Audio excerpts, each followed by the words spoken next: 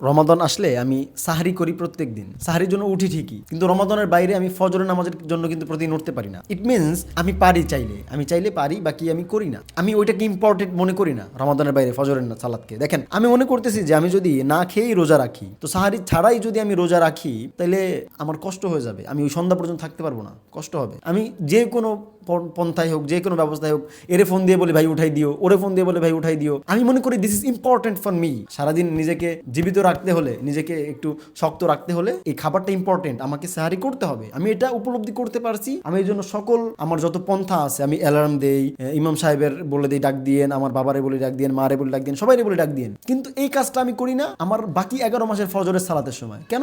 কারণ আমি ওটাকে ইম্পর্টেন্ট মনে করি না। আমি মনে করি না যে আমার ফজরের সালাতটা প্রয়োজন আসলে, কিন্তু আমি মনে করি আমার সারাদিন যেহেতু থাকতে হবে, আমার সাহারি করাটা প্রয়োজন। হ্যাঁ, আল্লাহ রাসূল সাল্লাল্লাহু আলাইহি ওয়াসাল্লাম বলেছেন সাহারির মধ্যে বরকত আছে। বাকি আল্লাহ তাআলা তো বলেছেন ফজরের সালাতের কথা, আল্লাহ তাআলা ফরজ করেছেন ফজরের সালাত। ফরজ একটা হচ্ছে যে বরকত আছে, সাল্লাল্লাহু আলাইহি ওয়াসাল্লাম বলেছেন, আর হচ্ছে ফরজ। ইট মিনস আমি এটা কি, এটা হচ্ছে আমি গুরুত্বপূর্ণ মনে করছি না, আমার গাফলতি, এটা আমার গাফলত। এটা সবাই যেন হিসেব করে নেই ভালো করে, যে আমি যেই ব্যক্তি, আমি ওই ব্যক্তি যে সাহারি করার জন্য উঠতে পারতেছি রমজান মাসে 30টা দিন, আমি সেই ব্যক্তি যে ফজরের ফরজ সালাতের জন্য উঠতে পারি না। আমি সাহারি খাওয়াকে গুরুত্বপূর্ণ মনে করি সারাদিন বেঁচে থাকার জন্য, সারাদিন শক্তিশালী থাকার জন্য, কিন্তু জাহান্নামের আগুন থেকে বাঁচার জন্য আমি ফজরের সালাতকে গুরুত্বপূর্ণ মনে করি না, যার কারণে আমি উঠি না। আমি ওই ব্যবস্থাগুলো শিডিউল সাজাই না।